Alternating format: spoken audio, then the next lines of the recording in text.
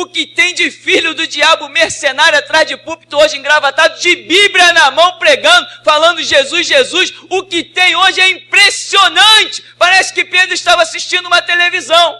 Impressionante. Inigualável essa revelação. Lucas 17, verso 1 diz: Então Jesus declarou aos seus discípulos: É inevitável que fatos ocorram que levem o povo a tropeçar na fé, mas ai da pessoa por meio de quem vêm os escândalos. Seria melhor que tal pessoa fosse atirada ao mar com uma pedra de moinho amarrada ao pescoço do que induzir um destes pequeninos a pecar. Tende cuidado de vós mesmos. Se teu irmão pecar contra ti, repreende-o, e, caso ele venha a se arrepender, perdoa-lhe. Se contra ti pecar 7 vezes ao dia, e por 7 vezes vier a ter contigo, dizendo, arrependo-me do que fiz, perdoa-lhe. Diante disso, pediram os apóstolos ao Senhor: aumenta a nossa fé. Ao que encorajou-os, Senhor: se tiverdes fé do tamanho de uma semente de mostarda, podereis dizer a esta moreira: arranca-te e transplanta-te no mar, e ela vos obedecerá. Qual de vós, tendo um escravo, arando a terra ou apacentando as ovelhas, assim que ele chegar do campo, o convidará: podes vir agora mesmo, reclina-te junto à mesa para cear. Ao contrário, conforme o costume, direis a ele: prepara o meu jantar, apronta-te devidamente, e então vem e serve-me, enquanto como e bebo, depois tu comerás e beberás também. Porventura deverá agradecer ao escravo, porque este fez o que lhe havia mandado? Assim, igualmente vós, depois de haverdes realizado tudo quanto vos foi ordenado, dizei: somos servos inúteis, pois tão somente cumprimos o nosso dever. Amém? Por isso.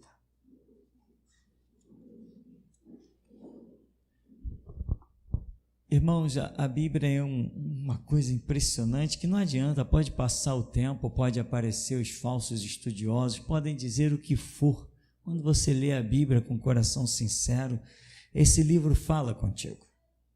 E você sabe que verdadeiramente só pode ser a palavra de Deus. Porque outros livros não falam contigo.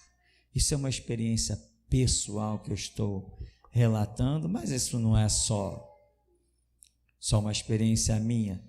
Verdadeiramente, se você não tiver acoplado essa experiência na sua vida, você não poderá dizer convictamente que a Bíblia é a palavra de Deus.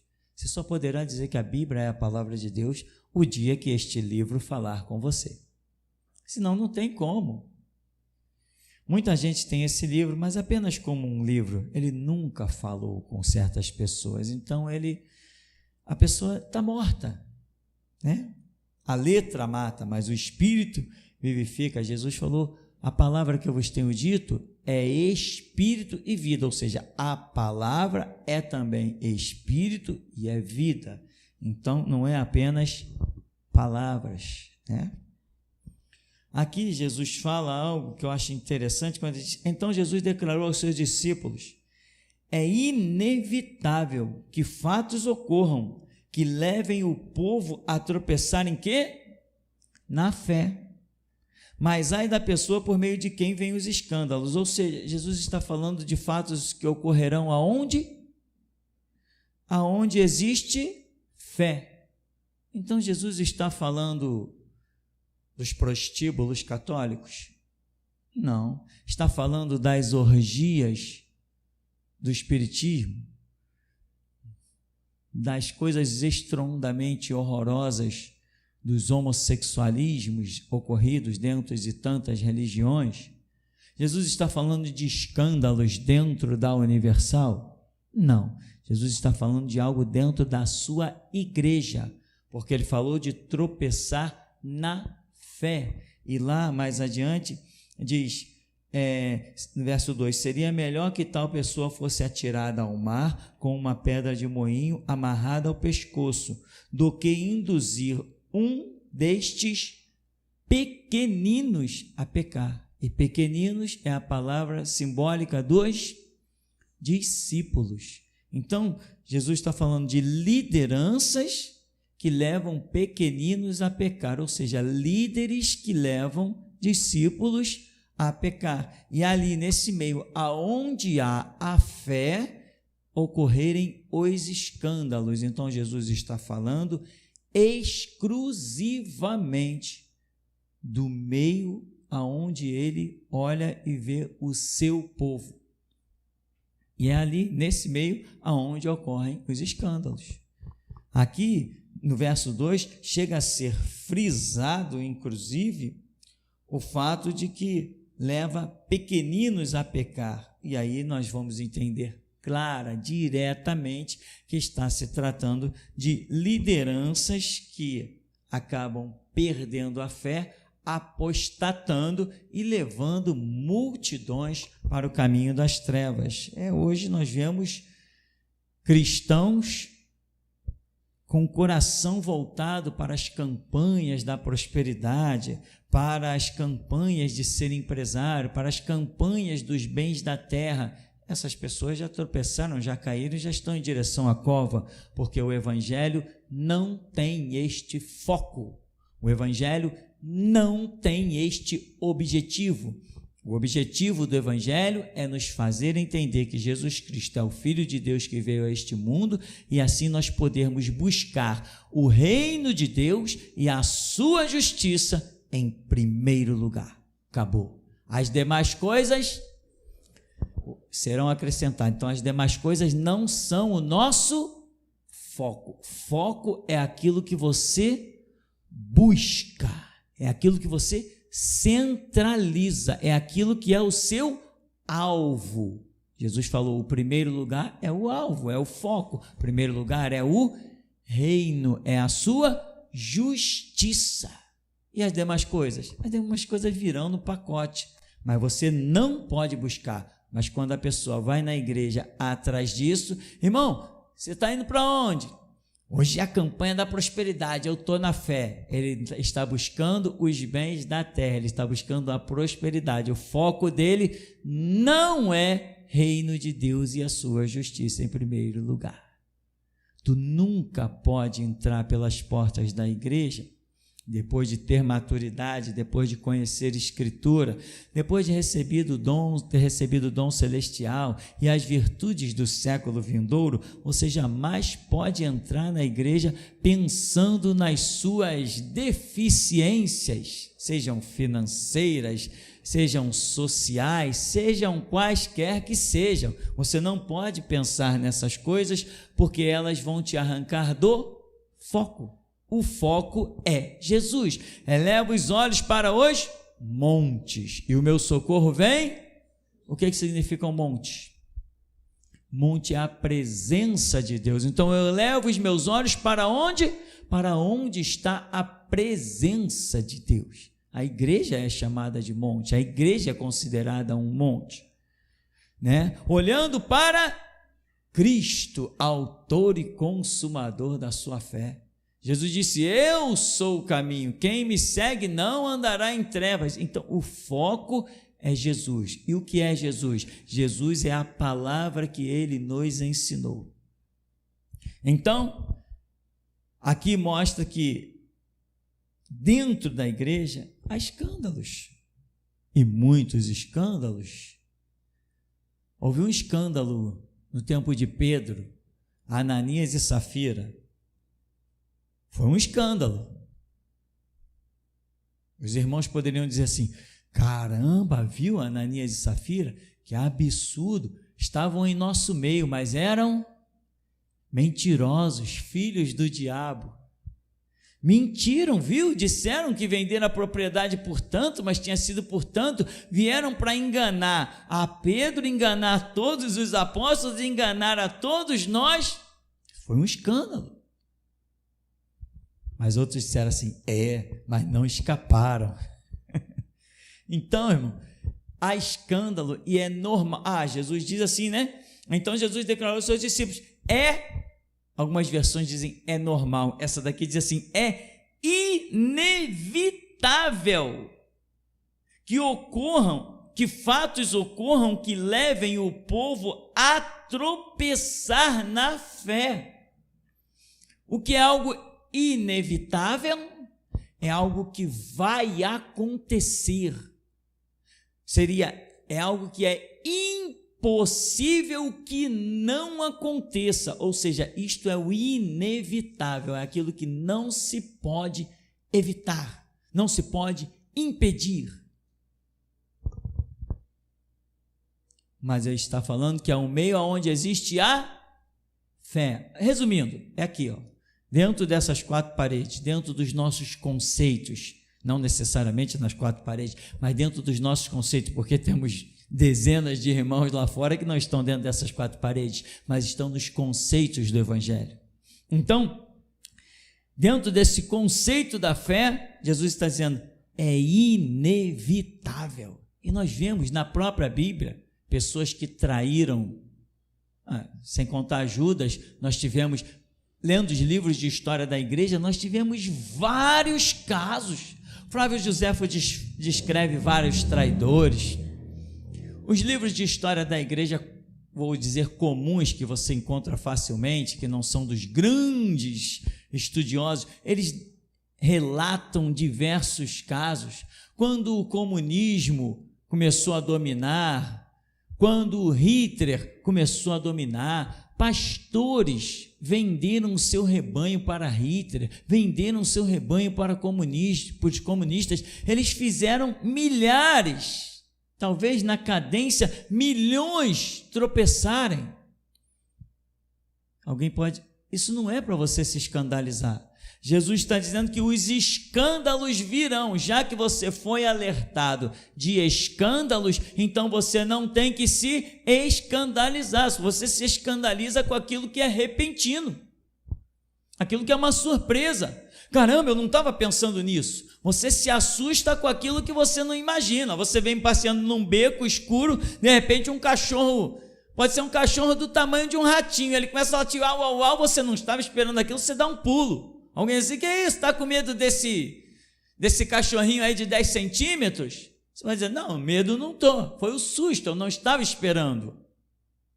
Você se escandalizou em forma de susto, mas aquilo que você já foi avisado. Incrível que Jesus diz assim, que fará tropeçar, fará pecar estes pequeninos. Irmão, você tem que ser um pequenino gigante. Você não pode ser pequeno. Pastor, eu sou um pequenino. Não, para com isso. Que se tem um cara que teve motivo para se desviar, né, parece aquela música, esse cara sou eu. Esse cara sou eu, irmão. Eu tive motivo para me desviar a balde, motivos a balde. O que eu hoje sou, nenhum pastor foi exemplo para mim, para que eu fosse o que eu hoje sou. Mas Jesus foi mais do que exemplo. Apóstolo Pedro foi mais do que exemplo. Apóstolo Paulo foi um bom exemplo. João foi um bom exemplo. Tiago foi um bom exemplo. Eu me espelhei na Escritura.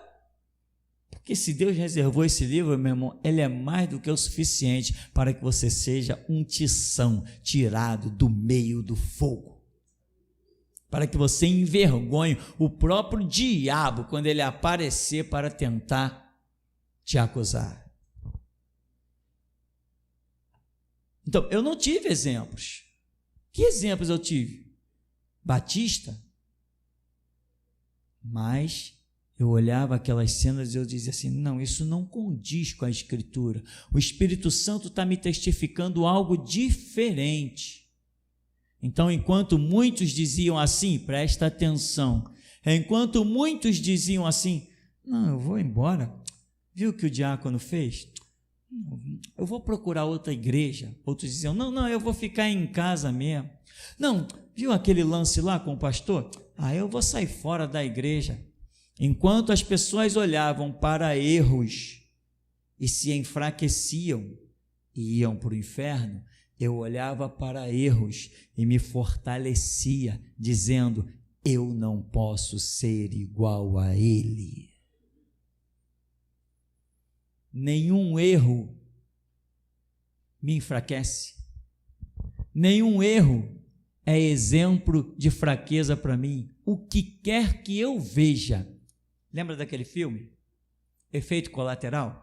O que quer que eu veja, meu irmão, se for positivo, é positivo. Se for negativo, eu uso o efeito colateral. Nada é motivo para a minha queda, nada é motivo para o meu desânimo, nada é motivo para o meu fracasso. Tudo é motivo para eu ir mais e mais para debaixo dos pés do Senhor Jesus. É assim que eu vivo, é assim que eu sempre vivi, e é assim que eu posso dizer: Ebenezer, até aqui me ajudou o Senhor. Então, irmão, é inevitável que fatos no plural, ocorram que levem o povo a tropeçar na fé. Mas ai da pessoa por meio de quem vêm os escândalos.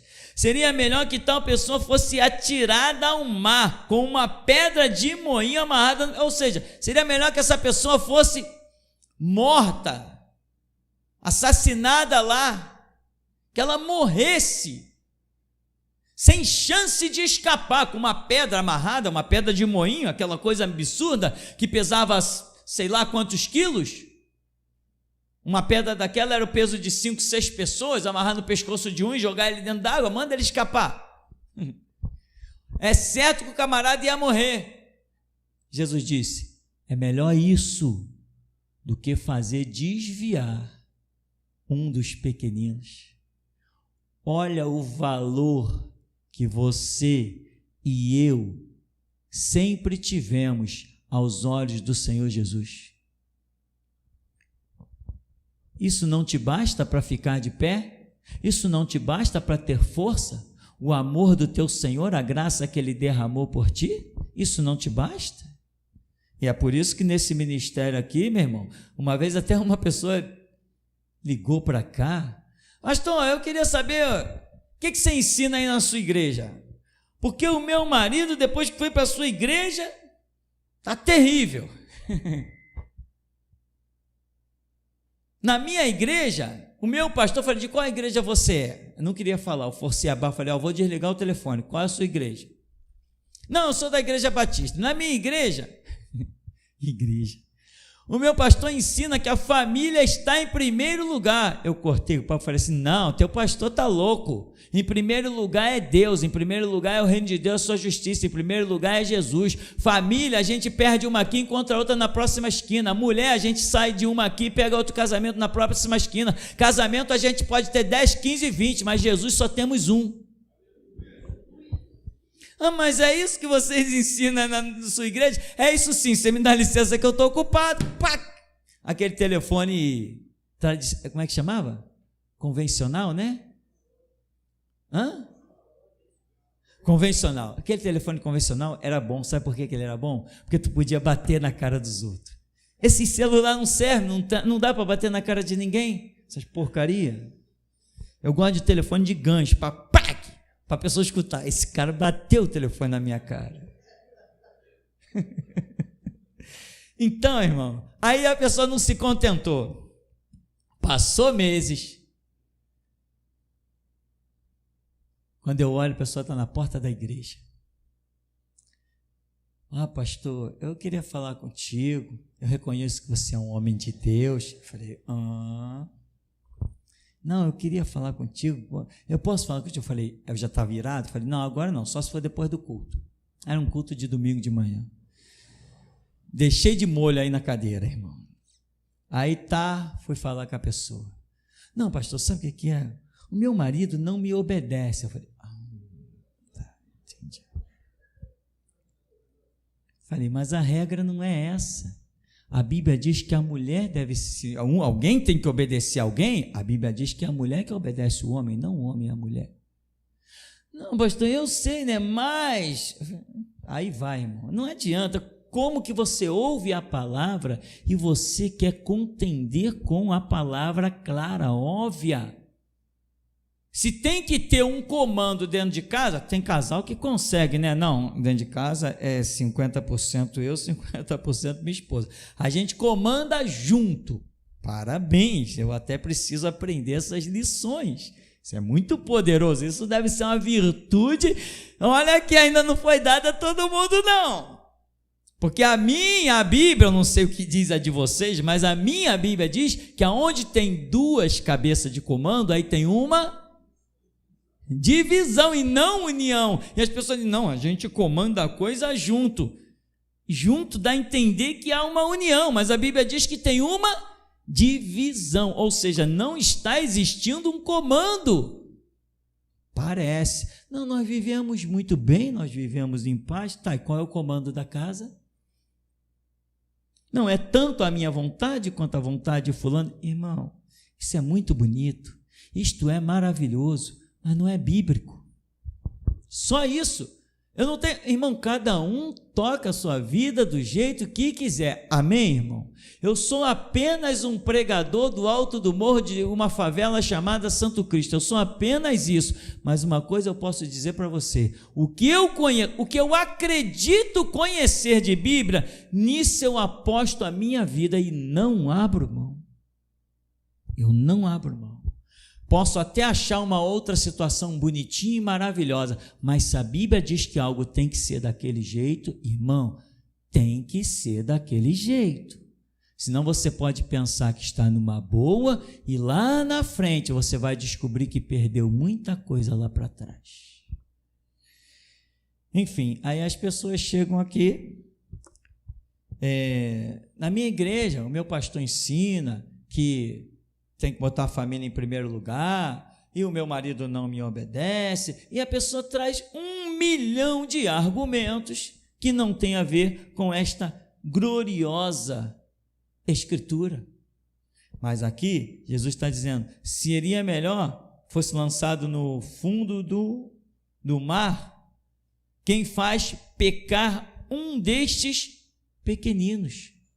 Aí as pessoas começam a falar, não, que meu filho está problemático, a minha filha está problemática. Claro, é porque o comando é seu. Passa o comando para o seu marido. Aliás, que tem mulher, né? Jesus, era isso que eu ia pregar hoje? Não era não, né? Tem mulher que enquanto o filho é pequeno, é assim, o filho é pequeno, os filhos são pequenos, é assim, aí o marido vai falar, não, deixa comigo, eu mando, eu que torço, aqui é comigo. Eu conheci gente assim, minha mãe era assim, né? Minha mãe, outras pessoas, é assim, mas aí o filho cresce, a filha cresce, e aí começa a medir aquela força, aí depois quando vê que não pode mais, nem na palavra, nem no braço, faz alguma coisa, vira para o marido, faz alguma coisa, mas não deixou fazer a vida inteira. Agora que está no sufoco, o que é que faça? Aí, irmão, é complicado. Nós temos regras, é melhor nós seguirmos a regra desde o princípio, já que tomamos conhecimento da regra. Olha, Deus, quando deu a lei para Israel, sabe o que Deus disse? Eu acho isso fantástico. Moisés chega com as tábuas da lei e diz, Israel, levanta e diz assim, a lei, esta lei fará a diferença de vós para todos os povos. Como que está o governo da tua casa? Está na lei ou está igual a todos os povos? Se tu anda na lei, meu irmão, a tua casa não pode ser igual à casa do teu vizinho. Não pode, irmão, não adianta que não pode, eu estou te dizendo que não pode. Não pode. Tu vê a mulher do teu vizinho, mas meu Deus. Tu vê a mulher do teu vizinho discutindo com o marido lá? Esbravejando, quebrando, e na tua casa é a mesma coisa? Que diferença fez a lei na tua vida? Fez nenhuma. Você está se iludindo pensando que tem um tal Espírito Santo, um dia vai descobrir que ele não é nem um pouco santo, você vai pensando que tem a palavra de Deus, um dia vai descobrir que a palavra que tem não é de Deus nenhum, vai se decepcionar no caminho, irmão. Eu acho isso fantástico, quando Moisés levanta a lei e diz para o povo: Israel, aqui está a lei, essa será a diferença de vós para todos os povos. Mas depois Israel vai ser massacrado. Aí Deus vem e diz assim: vós abandonastes as minhas leis. Por isso, irmão, eu sou radical. Eu sou radical, irmão. Se eu entender que tenho que andar de um jeito, irmão, pode meter a escopeta aqui, que eu mesmo meto a mão no gatilho e disparo, mas abrir mão dessa palavra eu não abro, não. Não abro. Eu prefiro a morte, esquartejado, torturado, mas abrir mão dessa palavra é só o que eu peço ao meu Deus. Deus, não sei como partirei dessa terra, não sei o que vou sofrer nos meus minutos finais, não me interessa nada, só me interessa que o Senhor coloque dentro de mim um censor que me proíba de negar o teu santo nome, só isso. Que vou morrer, que vou sofrer, que vou esquartejar, deixa para lá. O que importa é que seja pela vida ou pela morte, Cristo Jesus tem que ser glorificado. Acabou-se a história. Aí Jesus vem e diz assim: tende cuidado de vós mesmos, se teu irmão pecar contra ti, repreende. Se ele se arrepender, você perdoa. Se ele pecar de novo e demonstrar arrependimento, você perdoa. Aí ele vem não sei quantas dezenas de vezes, se ele demonstrar arrependimento, você perdoa. Uma coisa, irmão, somos nós perdoar, e outra coisa é Deus perdoar. Moisés não deu nenhuma palavra de juízo contra Miriam, e no entanto Deus deu. Moisés intercedeu por ela, então Moisés não queria o juízo dela, amém? Senhor, ela está como alguém que já sai do ventre da sua mãe em aborto e etc, consumida a sua carne, não sei o que. Moisés ainda intercede, ele não queria aquele juízo, mas Deus queria aquele juízo. Então, uma coisa é o mandamento de Jesus para o nosso comportamento, e outra coisa é como Deus vai se comportar com cada um de nós. Isso é fantástico, porque uma vez se deu um caso nesse ministério, uma pessoa falou e eu ignorei completamente. No começo desse ministério, teve um profeta que falou assim: olha, não tinha nada construído aqui, irmão. Ele falou assim: olha, eu vejo muita gente batendo nessa porta para te pedir perdão. Muita gente, irmão, isso não parou nunca mais. Depois dessa profecia, o ministério está com 18 anos, até hoje é gente pedindo perdão de tudo que é lado. Agora é mais fácil, né? É WhatsApp, é e-mail, é gente me pedindo perdão de tudo que é jeito. E teve uma pessoa que chegou aqui, bateu na porta, apertou a campainha, eu fui lá, subi as escadas, não era dia de culto. Pastor Tupirani, me chamou de pastor a primeira vez. Pastor Tupirani, pois não, eu vim aqui para te pedir perdão. Perdão, irmão, que perdão? Está perdoado. Não, eu vim aqui para te pedir perdão, e eu falei contra o pastor e tal. Eu falei: irmão, esquece, eu nem deixei o camarada falar. Eu falei: não, irmão, esquece, se é assim mesmo, a gente fala das coisas até compreender a realidade dos fatos. Não esquenta não, está tranquilo. Por mim, irmão, está perdoado. Se tem alguma coisa, você resolve lá com Deus, porque comigo está tranquilo, está perdoado. Poxa, obrigado. Tal. Uma semana depois o cara morreu. Pode ser duas coisas, né? Ele veio aqui pegar o perdão e poder morrer em paz, né? Ou pode ser que Deus o tenha encontrado, um leão o encontrou no meio do caminho, né, irmão?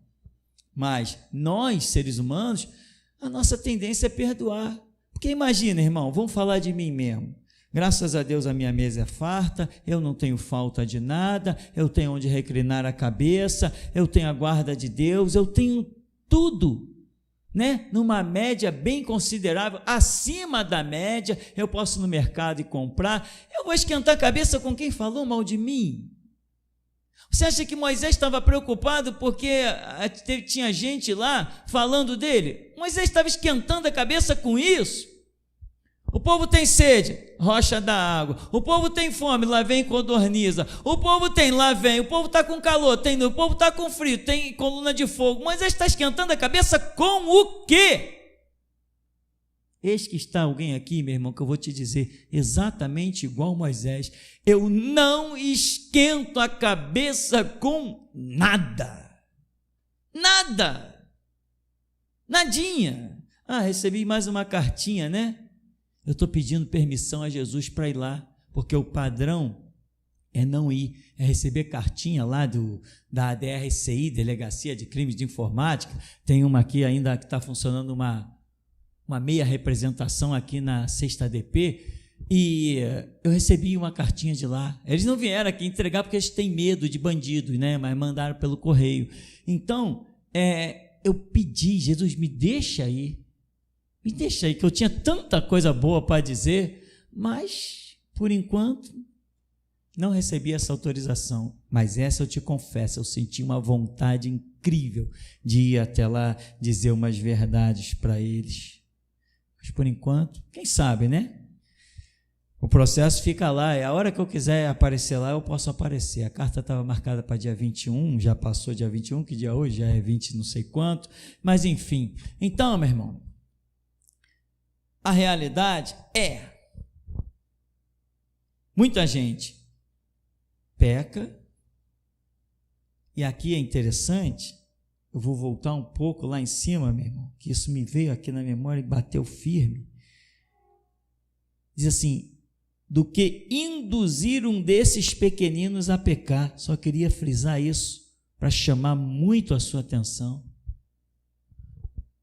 Aqui está dizendo que é possível que você seja induzido a pecar. Quem poderia imaginar? Irmão, presta atenção no top da palavra que você vai receber nessa hora. Eu não quero que você se sinta o super-homem. Você vai ser um super-homem se conseguir vestir a armadura da humildade. Porque Deus dá graça aos humildes e resiste aos soberbos. Presta atenção. Quem poderia supor que um homem formado diretamente pelas mãos de Deus, um homem a quem durante décadas Deus vem na viração do dia e fala com ele, face a face, um homem chamado Adão, quem poderia supor que este homem fosse induzido a pecar? Quem poderia supor? Você é forte? Meus parabéns, mas a tua força não é tão forte quanto a tua humildade. Adão é o cara, meu irmão, faça-me o favor. Olha quem é Adão. Adão é o cara, meu irmão. Então, ele foi induzido a pecar. Só isso que Deus me trouxe de volta aqui no verso 2. E eu achei impactante. Então, teu irmão pode pecar contra ti, você o perdoar, mas, irmão, tem coisas que quem vai julgar é o Senhor.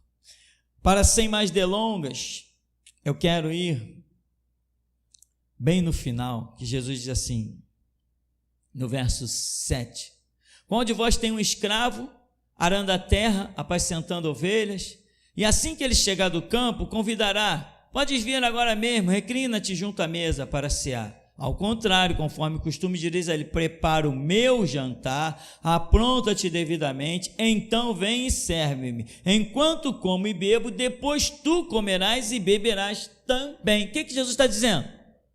Ele é o Senhor, Ele é o dono da mesa. Então, os servos vão fazer o quê? Vão chegar do campo, do trabalho, vão preparar para Ele, ou seja, toda a atenção é para Ele. Depois, nós vamos cuidar de nós. Então, primeiro é quem? Primeiro é Jesus. Irmão, diga isso quantas vezes for necessária, até que apareça escrito no teu coração. Primeiro é Jesus.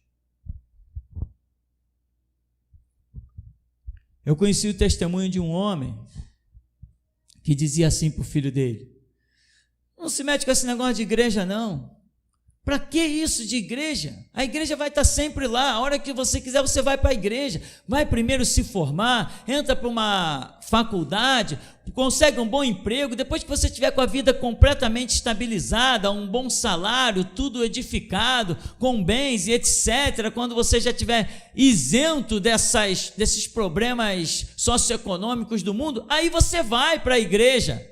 E o filho virou para o pai e disse: mas papai, a Bíblia diz: buscar em primeiro lugar o reino de Deus e a sua justiça, e as demais coisas serão acrescentadas. Então, meu irmão, veja, é Jesus em primeiro lugar. É Jesus em primeiro lugar. E engraçado que eu, conhecendo esse testemunho, às vezes os testemunhos são algo que Deus preserva mesmo para chegar até nós. Eu, conhecendo esse testemunho, eu ouvi a mesma coisa. Eu estava no 3º ano, referente ao 3º ano da cultura inglesa, fazendo inglês. O meu sonho era ser professor de inglês. Era o meu sonho. Eu fui numa entrevista com a diretora da cultura inglesa e ela ficou impressionada e ela falou: como? Você aprendeu isso tudo sozinho? E eu falei para ela: eu sempre estudei inglês sozinho. Na época era dos LP, eu falei: eu tenho LP em casa, eu tenho fita cassete, tenho livros. Mas você pronuncia a palavra corretamente, você tem fluência verbal. Ela ainda brincou: você fala quase que melhor que eu. Eu ri para ela, achei que ela estava brincando e ela estava falando sério. Eu cheguei ao 3º ano da cultura inglesa, entrando direto, sem passar pelo primeiro nem pelo segundo, entrei direto para o 3º ano da cultura inglesa. Era o meu sonho ser professor de inglês. Eu gostava de inglês e gostava de dar aula de inglês. Aonde eu ia tinha gente com dúvida de inglês, naquele TET, 12, aquelas coisas, aquelas preposições do inglês. Eu ficava ensinando aquilo por onde eu passava. Eu achava fascinante que aquilo era a dúvida das pessoas e eu tinha aquilo já completamente sabido, já dentro do meu conhecimento. Mas aí chegou um dia que o Espírito de Deus falou: quero você no seminário. E quando eu abandonei, meu irmão, olha, a minha volta foi um caos.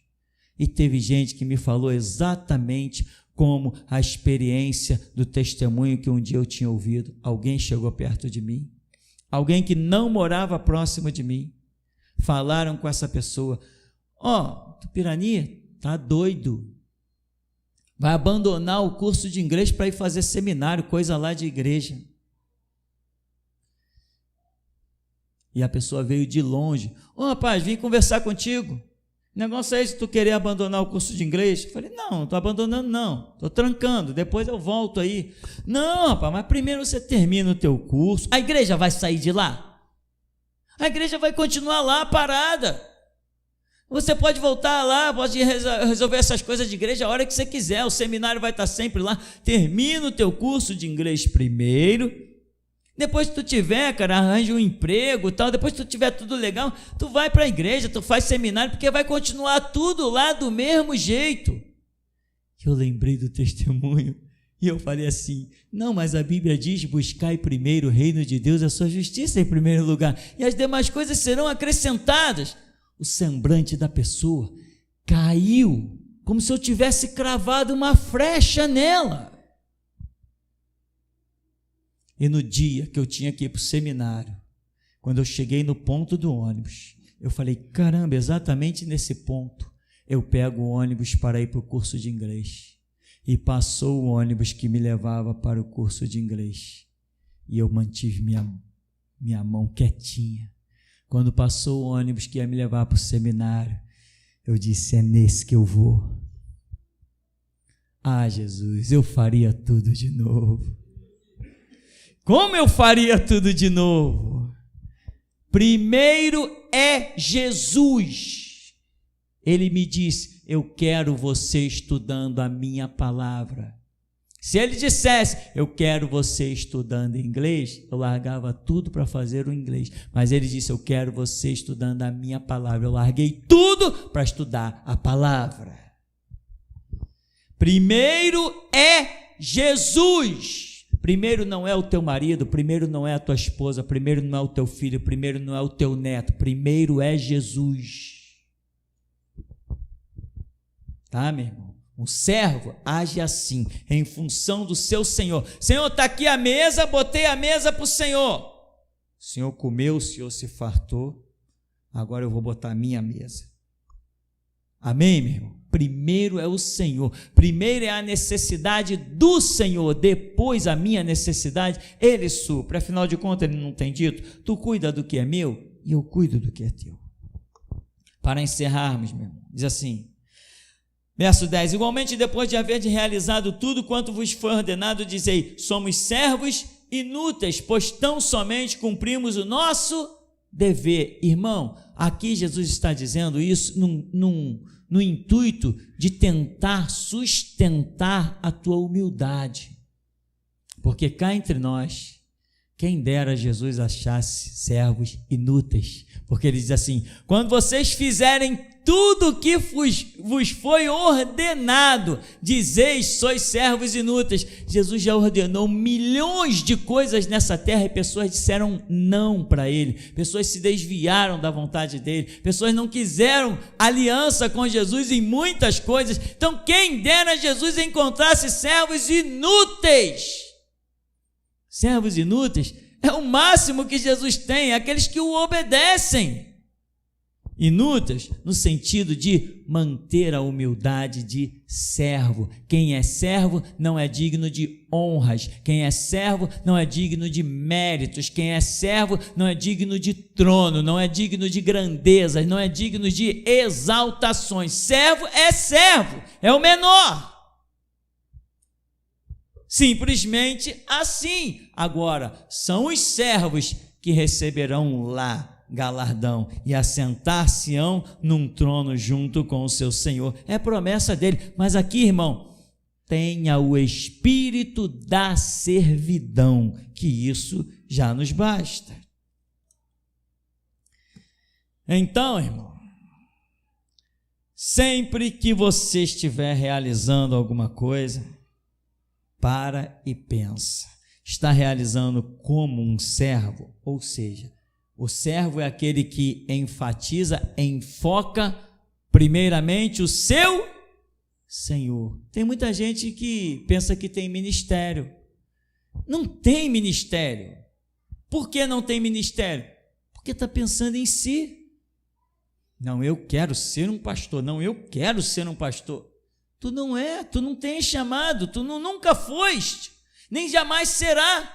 Esse desejo sórdido de querer, não funciona. Agora, não, eu quero ser o que o Senhor quiser que eu seja. Eu farei o que Ele me mandar fazer. Agora, quando você cria o teu próprio foco, eu quero ser, não funciona nunca. O eu quero ser é caminho do inferno. Agora, Jesus, faz de mim o que tu queres. Ou, o Senhor disse para que eu faça, o Senhor disse para que eu seja, então lá vou eu, porque Ele me mandou fazer, Ele me mandou ser, Ele me mandou realizar, mas eu não posso querer ser nada, exceto servo. Então, meu irmão, eis a realidade, desse texto, que tem vários pontos que me destacaram muito, e eu achei grandes lições nele. Eu espero que você também ache, pois até aqui nos tem ajudado, Senhor. Amém. Pastor, no momento em que o senhor pregava, Deus me mostrava o senhor já avançado em idade, e os cabelos do senhor estavam branco, bem branco, e eu percebia, o que me chamava a atenção era a saúde que o senhor tinha. O Senhor estava pregando veementemente, com autoridade, em cima do púlpito, e eu vi o Senhor avançado em idade. Assim diz o Senhor, eu sou o que renova as tuas forças, a tua saúde está em minhas mãos, é presente meu, como eu te prometi, diz o Senhor. Até aqui. Aleluia, Deus. A minha alma estremece diante do nosso Deus, que é santo e é poderoso e que reina neste lugar.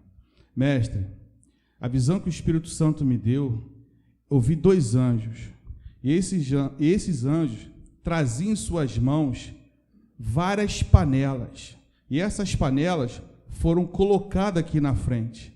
Logo em seguida, eu via as mãos dos irmãos se transformar em concha, semelhante àquela concha de tirar feijão mesmo. Então essa visão cessou. Amém. Amém. Mestre, essa madrugada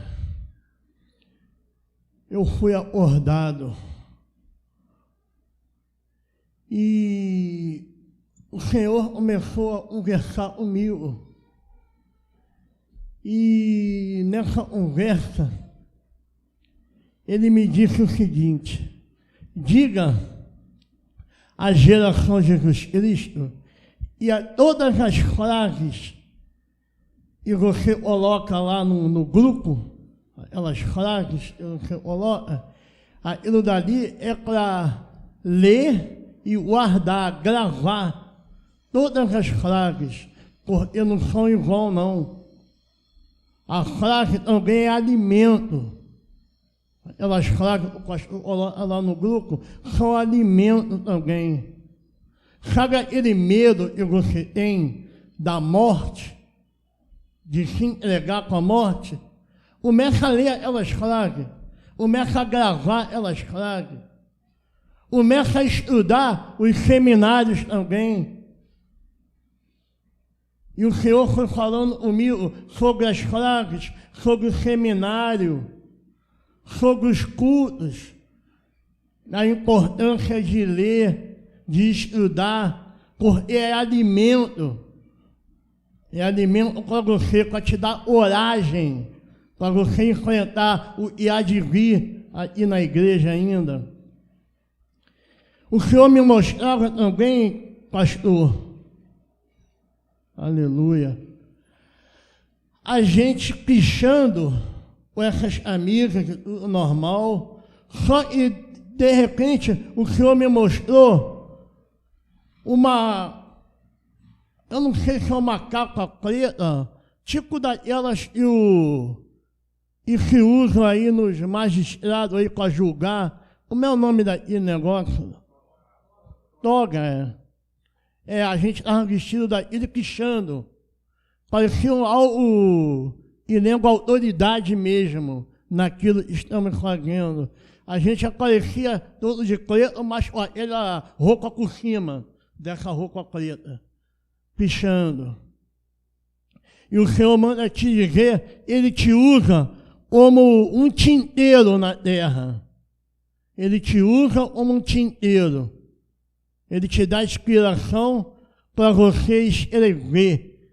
Ele me disse, eu uso como tinteiro. Amém. Até aqui o Senhor falou. Amém.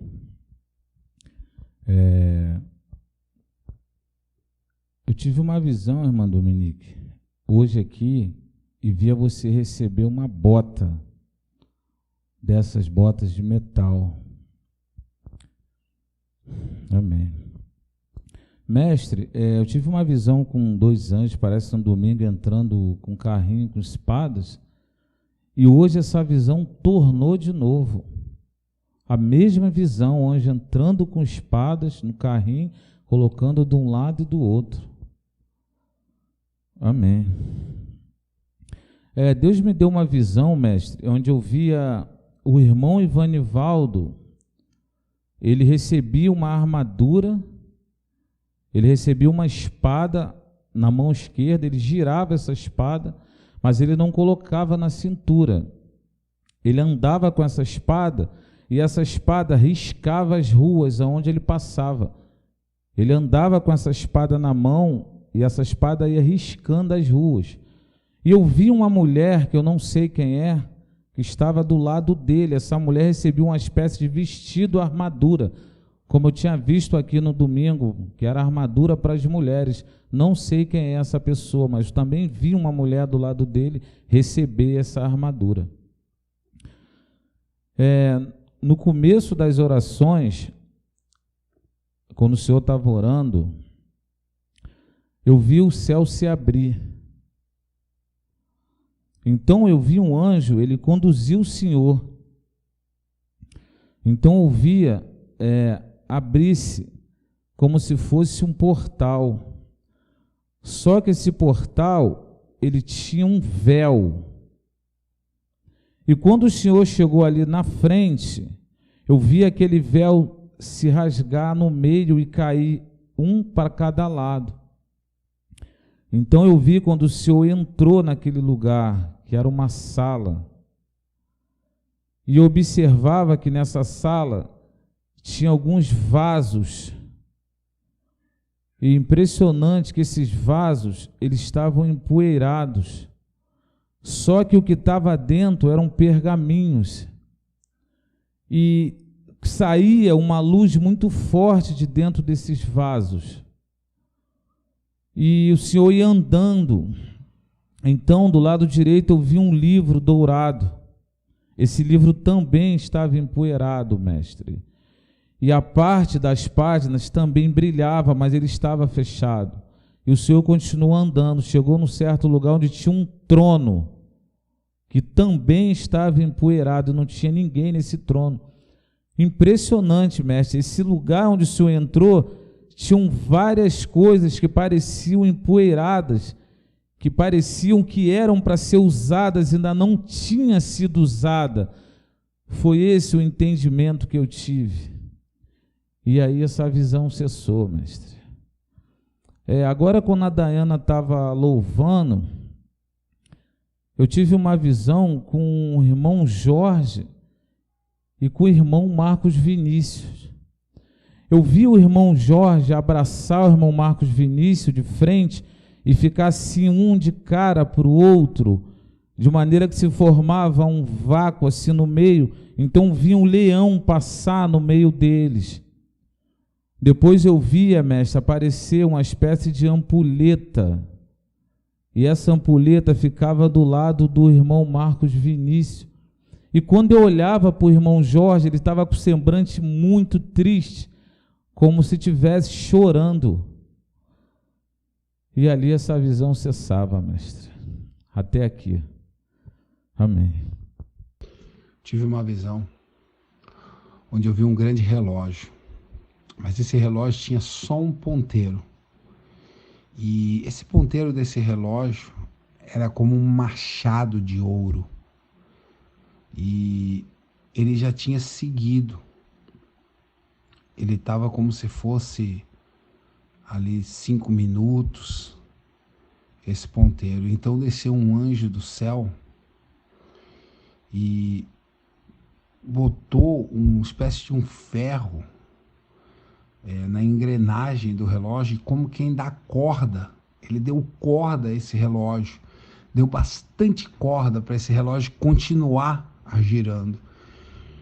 E quando eu cheguei na visão perto desse relógio, não eram números, mas sim eram nomes de igrejas que tinham ali.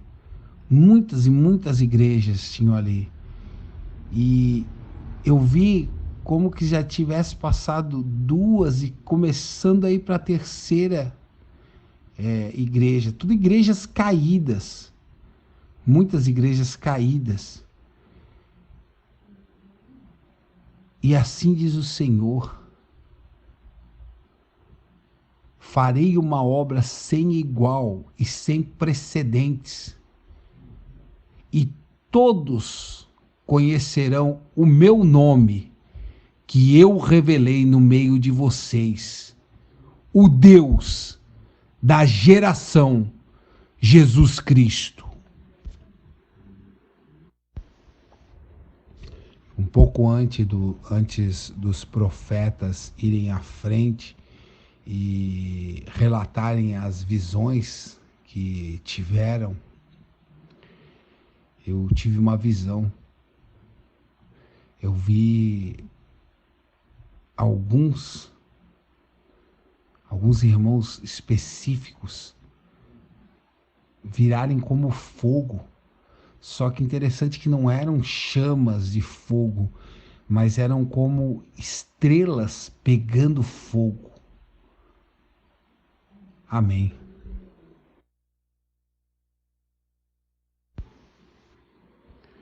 À medida que o Senhor, mestre, ia pregando, eu vi uma rocha imensa e como se fosse uma porta talhada nessa rocha.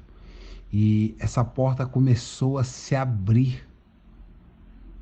Dentro dessa, ela se abria de dentro da rocha para fora. Enquanto o Senhor ia pregando, ela foi se abrindo, essa porta. E ela ia se abrindo como um todo. Ela não tinha dobradiça nem nada. Ela vinha saindo de dentro como um todo. Amém.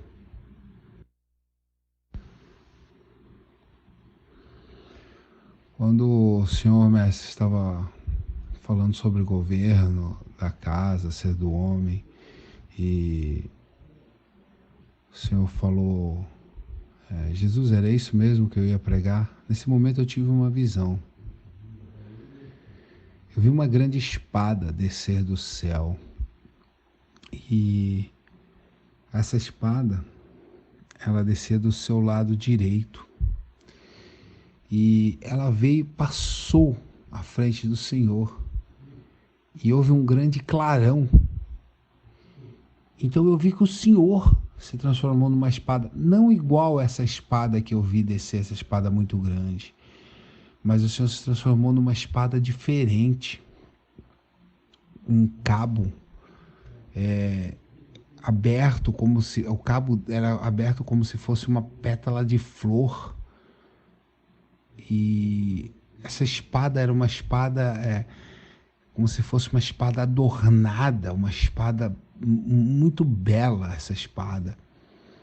Então, essa espada, ela era forte, mas ela era como se fosse uma folha de algo, de um livro, algo assim que... mais antiga, e houve um grande vento que veio da parte da porta da igreja e levantou uma parte dessa folha, e eu pude ver dentro dessa espada que era o Senhor, essa espada. Então quando a visão me levou para dentro, eu vi o Senhor, mestre. Eu vi o Senhor mais novo, e o Senhor vinha andando numa estrada e orando, caminhando rápido e falando com Deus. O Senhor ia falando com Deus, e ia nessa,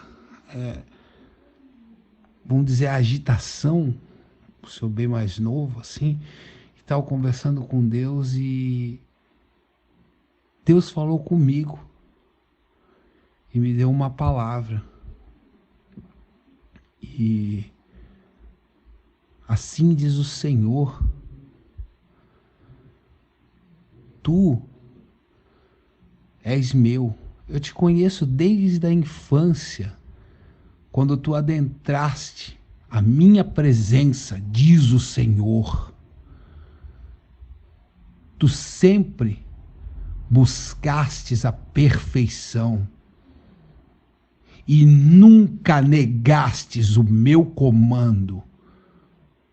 Sempre o que botei em teu coração, assim tu liberastes. Tu és a minha alegria nessa terra. Tu, homem, és o meu sacerdócio de pé. Eu te ungi para guiar um povo que trará a minha glória como nunca se viu. Assim diz o Senhor. Paz. Elias, Deus me deu uma visão onde eu podia ver atrás do púlpito o Senhor de pé tocando o violão. E descia uma nuvem e cobria o Senhor por completo. Naquele momento, em seguida, a nuvem saía e eu não via mais o Senhor, eu só via o violão. Mas aquele violão, ele não parava de ser tocado. Eu não via ninguém, eu não via as mãos, eu não via nada, eu só via o violão e as cordas se mexendo como se o Senhor ainda estivesse ali tocando. Depois, eu vi o Senhor voltar. Quando o Senhor voltava com as duas mãos estendidas e nas suas mãos tinha uma espada. E na parte onde a gente pega na espada, no cabo, ele estava cheio de pedras preciosas. Uma espada muito linda, muito reluzente, o Senhor trazia nas suas mãos. E ali a visão cessou. Mestre, agora quando o Rômulo ele estava falando, impressionante, eu vi um homem de branco se posicionou de frente para o Senhor. Todo momento que o irmão Rômulo estava dando aquela palavra, o irmão Rômulo falava e eu via esse homem falar, impressionante, saía dele a voz do Rômulo. Que coisa incrível, o Rômulo estava falando com o Senhor, dando a palavra, mas eu vi esse homem de branco na frente do Senhor, ministrando aquilo que o Rômulo estava falando, impressionante. Louvado seja Deus. Eu vi um anjo, mestre, e esse anjo, ele foi até o irmão Marcos Vinícius, e onde ele estava, esse anjo trocava as vestes dele, e colocavam as vestes brancas no irmão. Depois eu vi um outro colocar uma espécie de coroa na cabeça dele, mestre. Amém. Louvado seja Deus. Amém. Bendito Deus, excelso, glorioso, graças te damos, porque nenhum povo jamais viu Deus como temos visto, Senhor. Nenhum, Senhor. Muito mais que um mar abrir nós temos visto. Muito mais que a nuvem e a coluna de fogo.